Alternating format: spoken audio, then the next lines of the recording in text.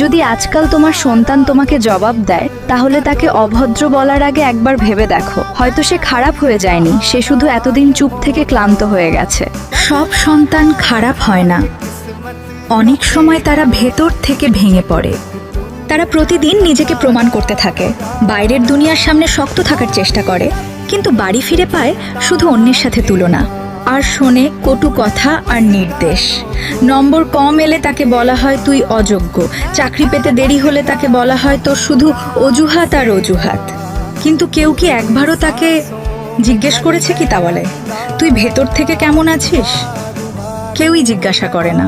সন্তানদের শুধু টাকা দরকার হয় না, তাদের দরকার একটা নিরাপদ জায়গা, যেখানে তারা ভয় ছাড়া কাঁদতে পারে, লজ্জা ছাড়া নিজের কথা বলতে পারে। অনেক সন্তানই সত্যি কথা বলতে চায় না, কারণ তারা ভাবে পরিবারের এখানে তার কোনো কথা শোনা হবে না, শুধু বিচার করা হবে। সন্তানরা সবসময় ভুল করে না, তারা শুধু ধীরে ধীরে দূরে সরে যায় সেই বাড়ি থেকে, যেখানে ভালোবাসা আছে কিন্তু বোঝাপড়া নেই। আর যেদিন সন্তান সত্যিই চুপ হয়ে যায়, সেদিন বুঝে নিও সেই বাড়ির সুখও চুপ হয়ে গেছে।